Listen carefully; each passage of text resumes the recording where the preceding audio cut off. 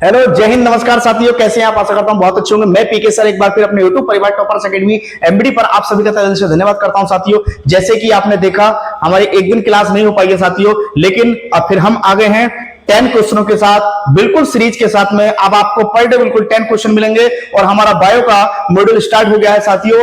Bio का module देखना ना भूलें और उसका नोट्स बनाएं। और जो रेलवे की परीक्षाएं हैं उसके लिए बिल्कुल 100% रामबाण साबित होगा साथियों। ये बिल्कुल हम यहां से पूर्णतः गारंटी और जिम्मेदारी लेते हैं साथियों, और आपके साथ बिल्कुल खड़े रहेंगे। और बिल्कुल इसके बाद हम लाइव आएंगे साथियों। उसमें लाइव क्लास में हम कुछ वैकेंसियों के बारे में, बहाली के बारे में बताने वाले हैं, लेकिन हम तब तक के लिए इसको करते हैं प्यारे साथियों। जैसे कि आपने देखा कि अभी अगर क्या बोलते हैं, ये जून जुलाई में बहाली आने वाली है। जुलाई में कम से कम 3 से 4 नोटिफिकेशन देखने को मिलेंगे। और जैसे एसएससी एमटीएस का नोटिफिकेशन देखने को मिल गया है साथियों, और रेलवे ग्रुप डी की वैकेंसी बिल्कुल अपकमिंग में है, बस आने ही वाली है। लेकिन साथियों आप तैयार रहें। क्या आप बिल्कुल तैयार हैं? अगर तैयार हैं तो वैकेंसी बिल्कुल आ जाएंगी। आप अपनी तैयारी को बरकरार रखें, क्योंकि हमें 1000 नहीं, 1000 नहीं, एक नहीं, हमें केवल एक सीट लेनी है और हमें नौकरी बिल्कुल सुनिश्चित करनी है साथियों। चलिए इसी के साथ में अपने सेशन को हम आगे बढ़ाते हैं। फिजिक्स के 10 क्वेश्चन है साथियों। चलिए एक क्वेश्चन नंबर 1, यदि दो क्रमिक शीर्षों के बीच की दूरी L है तो उनकी तरंग दैर्घ्य को व्यक्त किया जा सकता है। ये कह रहे हैं कि यदि दो क्रमिक शीर्षों के बीच की दूरी L है, दो क्रमिक हैं और उसकी बीच की दूरी क्या है? बीच की दूरी, शीर्षों के जो बीच की दूरी है वह L है, तो उनकी तरंग दैर्घ्य को व्यक्त किया जा सकता है। उनकी जो तरंग दैर्घ्य है उसको किससे व्यक्त किया जा सकता है साथियों? बताइए इसका आंसर क्या होगा? ए ऑप्शन L/2 द्वारा, बी ऑप्शन L/4 द्वारा, सी ऑप्शन 2L द्वारा, डी ऑप्शन L के द्वारा। तो ये कह रहा है दूरी और उनकी तरंग दैर्घ्य को किससे रिप्रेजेंट करेंगे? L से। किससे? L से। इसका D answer is the correct होगा। इसका D answer is the correct होगा। चलिए नेक्स्ट क्वेश्चन, रेडियो द्वारा उत्पादित ध्वनि डैश डैश डैश से बढ़ती है। मींस रेडियो द्वारा जो उत्पादित ध्वनि होती है वह किसके कारण बढ़ती है? ए ऑप्शन आयाम, बी ऑप्शन तरंग दैर्घ्य, सी ऑप्शन आवृत्ति बढ़ने से, और डी ऑप्शन पिच बढ़ने से। तो बताइए साथियों इसका आंसर क्या होगा? आंसर क्या होगा? ये कह रहे हैं कि रेडियो द्वारा, जो रेडियो होता है, रेडियो द्वारा उत्पादित ध्वनि डैश डैश डैश से बढ़ता या बढ़ती है। बताइए क्या बढ़ती है? तो क्या बढ़ता है? आयाम। क्या बढ़ता है? इसका आयाम बढ़ता है। A option is the correct answer होगा। इसका साथ में क्या बढ़ता है साथियों? आयाम इसका बढ़ता है। चलिए नेक्स्ट क्वेश्चन नंबर 3, किसी माध्यम में एक कण 2.5 सेकंड में 40 कंपन पूर्ण करता है, तो तरंग की आवृत्ति क्या होगी? तरंग की आवृत्ति ज्ञात कीजिए। ये न्यूमेरिकल है साथियों, और ALP and technician and NTPC, RPF SI और रेलवे ग्रुप डी में ये न्यूमेरिकल बिल्कुल देख रहे हैं साथियों। न्यूमेरिकल को हम अच्छे से पढ़ के करेंगे और एक बार एक न्यूमेरिकल कर लेंगे, उस पे कम से कम आपको 4 न्यूमेरिकल बनाने हैं साथियों। और 4 न्यूमेरिकल बनाएंगे तो आप जिंदगी में उसको भूलेंगे नहीं। तब तक नौकरी आपके कदम नहीं चूमे, जब तक छोड़ो मत, पकड़ के क्वेश्चन को रगड़ डालो साथियों। चलिए तो इसका देखते हैं क्या है। ये सेकंड है और 40 कंपन पूर्ण करता है। क्या 40 कंपन पूर्ण करता है? तो इसकी आवृत्ति यानी कि n बराबर से 1/t, n बराबर से इसका फार्मूला है 1/t, n बराबर से 1/t। और ये पूछा है कि इसकी आवर्ती, और n क्या कहलाती है? आवर्ती। n होती है आवर्ती, साथी जगह कम है इसमें, ठीक है। चलिए तो n आवर्ती, इसमें आवर्ती पूछिए, तरंग की आवर्ती पूछिए, और t सेकंड में कितना है? 2.5। तो कंपन कितना होगा?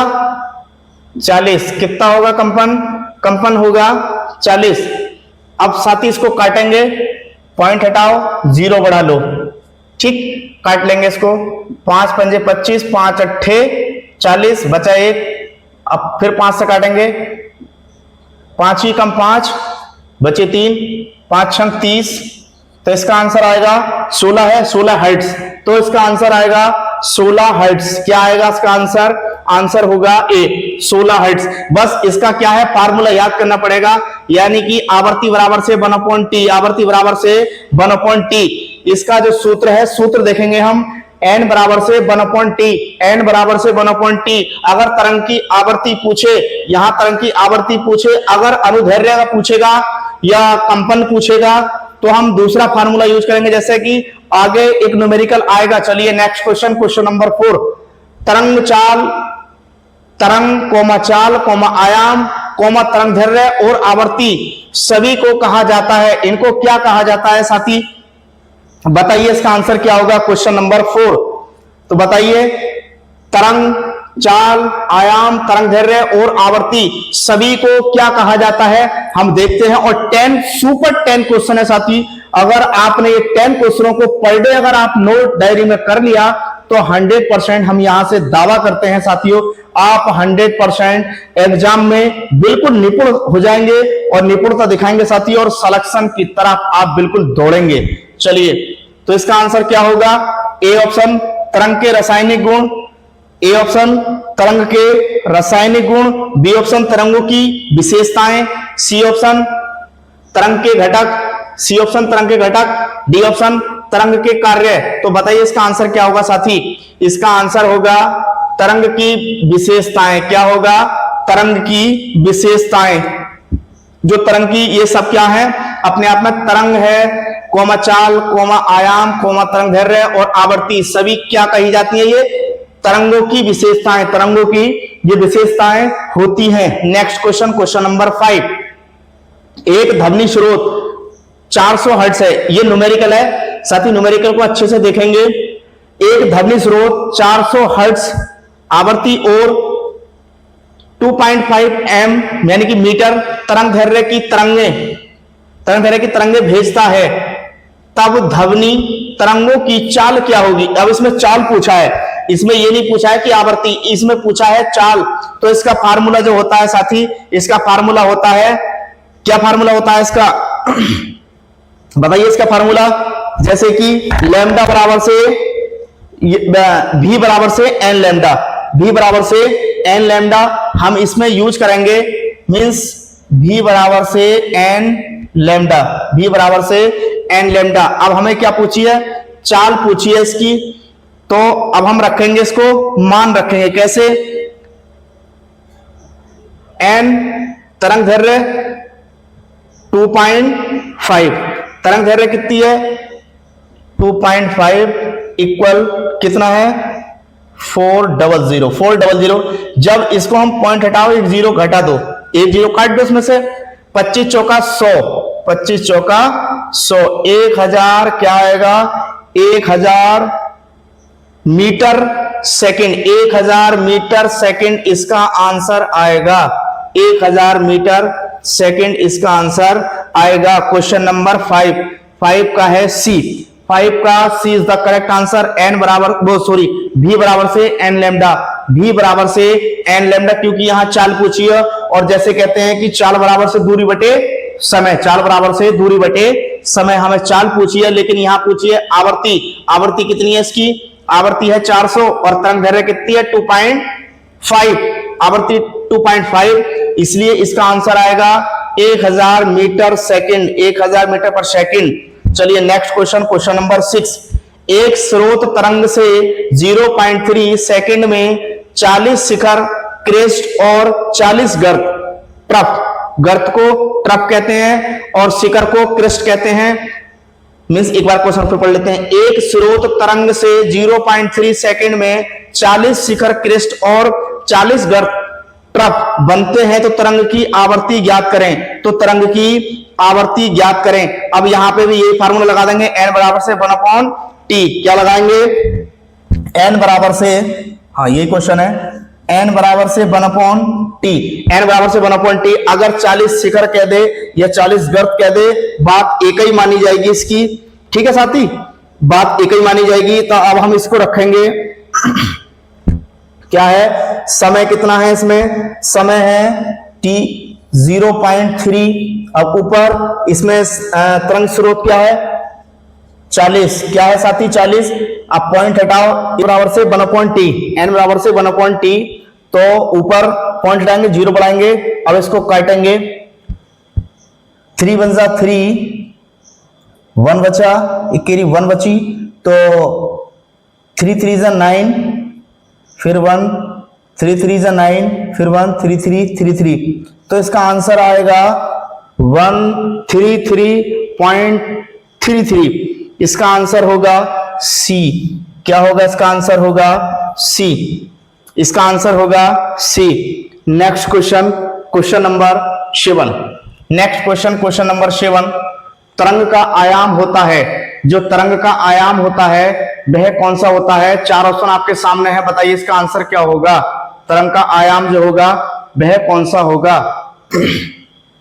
तरंग का आयाम कौन सा होगा? ए ऑप्शन, तरंग की एक समय अवधि में तरंग द्वारा तय की गई दूरी, एक समय अवधि में तरंग के द्वारा तय की गई दूरी, अधिकतम वो दूरी क्या होगी? बी ऑप्शन, माध्यम के कणों द्वारा मध्य स्थान के किसी भी तरफ तय की गई अधिकतम दूरी, तरफ तय की गई अधिकतम दूरी। सी ऑप्शन, 1 सेकंड में तरंग द्वारा तय की गई दूरी, 1 सेकंड में तरंग द्वारा तय की गई दूरी। डी ऑप्शन, एक तरंग लंबाई के बराबर की दूरी, एक तरंग लंबाई के बराबर की दूरी क्या होगी? तो इसका आंसर क्या होगा? इसका आंसर होगा सी, 1 सेकंड में तरंग द्वारा तय की गई दूरी, 1 सेकंड में तरंग द्वारा तय की गई दूरी, 1 सेकंड में तरंग द्वारा ज्ञात की गई दूरी या तय की गई दूरी। Question number 8।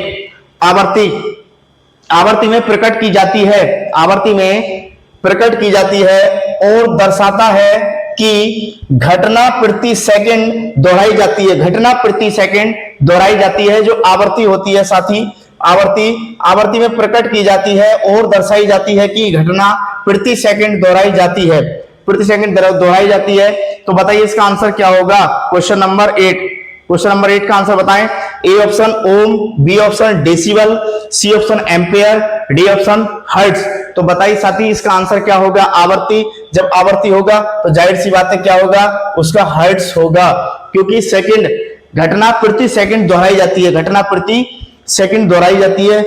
और मेरे प्यारे साथियों, प्यारे बच्चों, मैं आशा करता हूं कि आप अपनी तैयारी को बिल्कुल अच्छे से एक प्रॉपर वे में बिल्कुल तैयारी करते रहें, किसी की नहीं सुने, क्योंकि एग्जाम का दौर आ चुका है और उस एग्जाम में बैठ करके कोई ये ना कहे कि शायद मैं आज थोड़ा सा और पढ़ लेता तो मैं 2 क्वेश्चन और बना देता तो सिलेक्शन के बिल्कुल बराबर होता या सिलेक्शन के अंदर होता।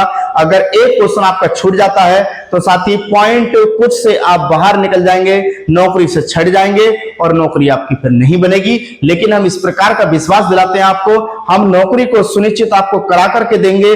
बस आप क्लासों को लास्ट तक जरूर देखना और एक दूसरे भाई को शेयर जरूर करना।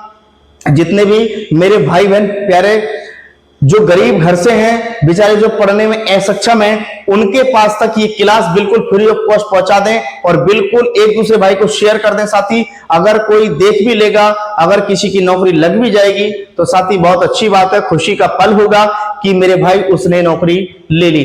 तो इसी प्रकार से मेरे भाइयों, मेरे साथियों, बिल्कुल अपना प्यार दिखाएं, एक दूसरे भाई को शेयर जरूर करें, कंजूसी नहीं करें शेयर करने में। मेरे प्यारे साथी कुछ कहते हैं कि हम शेयर नहीं करेंगे हमारा कंपटीशन बढ़ेगा, नहीं साथी, लेकिन कंपटीशन आनंद और मजा जभी होगा जब आप कंपटीशन में 100 नहीं 1000 बच्चे बैठे हुए होंगे, कंपटीशन का आनंद जभी है साथी। लेकिन जिसके मन में अगर ये भावना पैदा हो गई कि मैं शेयर नहीं करूंगा तो साथी वो इंसान नहीं है, फिर वो छात्र नहीं है, फिर वो उसके अंदर कुछ और ही चलता है साथी। लेकिन आप पढ़ने वाले हैं तो एक दूसरे भाई को क्लास को शेयर जरूर करें साथी। चलिए, तो इसका आंसर होगा हर्ट्ज, इसका आंसर होगा हर्ट्ज, इसका आंसर होगा। Next question, question number 9। ध्वनि के संचरण के दौरान माध्यम में कणों के, ध्वनि के संचरण के दौरान माध्यम, जो माध्यम होता है, कणों के उच्च घनत्व का क्षेत्र क्या कहलाता है? उच्च घनत्व का क्षेत्र क्या कहलाता है? बताइए इसका आंसर क्या होगा?